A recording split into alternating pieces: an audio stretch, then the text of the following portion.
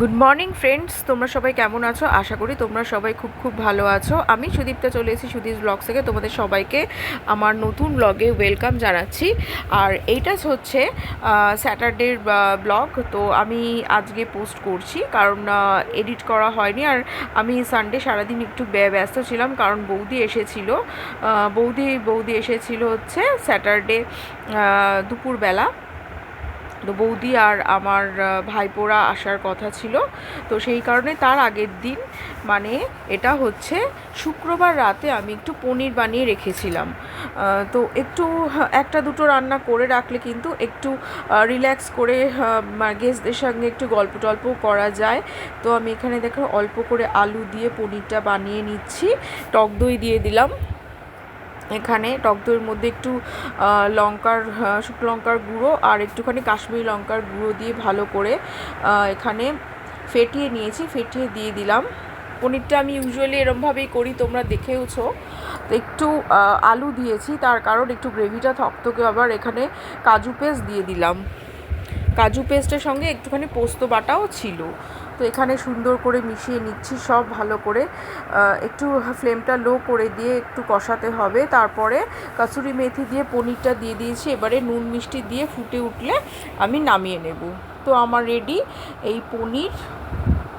আর দেখো, আর আমি এখানে চিকেনটা বানিয়ে নেব মানে ম্যারিনেট করে রাখবো।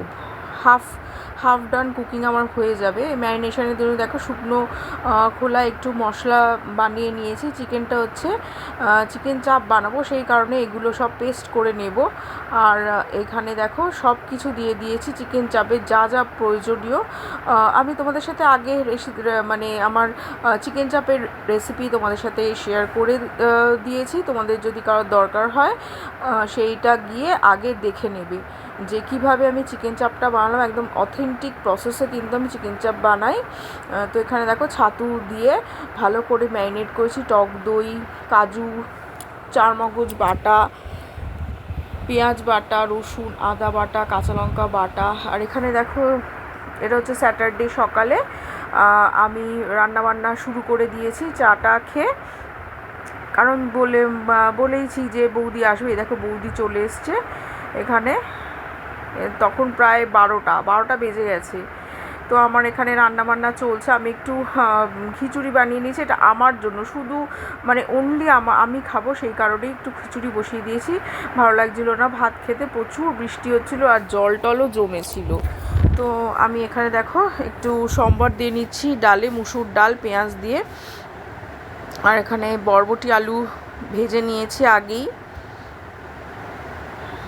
আমার মোটামুটি এখানে খিচুড়িটা রেডি হয়ে এসছে। তো এখানে দেখো ডিম, এখানে বরবটি আলু ভাজা, শসা, একটু পনির আর ডাল দিয়ে আমরা দুপুরের লাঞ্চ করে নেব। এখানে আমি খিচুড়ি আমার নিয়ে নিয়েছি, সবাই খেতে বসে গেছে।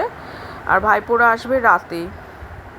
তো মোটামুটি লাঞ্চ টাঞ্চ করে আমরা রেস্ট নিয়েছি। আর বৌদি ভীষণ সুন্দর দই এনেছিল বৌদিদের ওখান থেকে। তো আমি এই দইটা কেটে এবার একটু দেব বৌদিকে, আমরাও খাবো, নিয়ে নেব। দইটা কিন্তু অসাধারণ খেতে।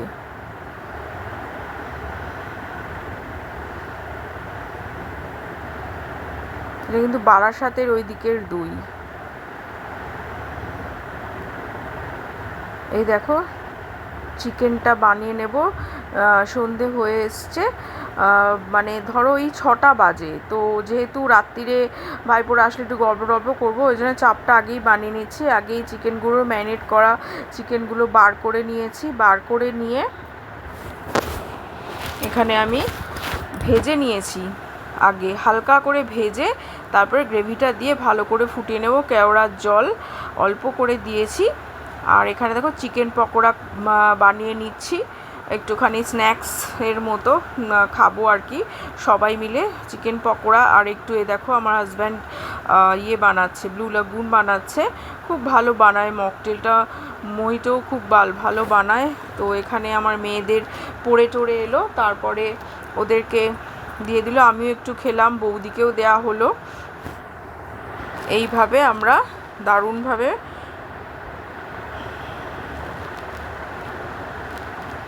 দেখো আমার হাজব্যান্ডের হাতে মইটো আর আমার হাতে হচ্ছে ব্লু লেবু। দুর্ধর্ষ বানায়, দারুণ রিফ্রেশিং লাগলো খাওয়ার পর। আমার মেয়ে আঁকছিল, ড্রয়িং করতে ভীষণ ভালোবাসে, ডান্স করতে ভীষণ ভালোবাসে। আমরা ভীষণ বসে বসে রিল্যাক্স করছি, টিভি দেখছি, মুভি দেখছিলাম, ওয়েট করছিলাম ভাইপোরা মানে কাজ থেকে ফিরবে, তারপরে আসবে আমাদের বাড়িতে অফিসের পর আর কি। বৌদি আসলে একটু লজ্জাই পাচ্ছিল যেহেতু ভিডিও করছিলাম, আর আমি তো দারুণ মজা করতে করতে লুলাগুনটা খাচ্ছি, যে মুখ লোকাচ্ছে, মজা আর কি।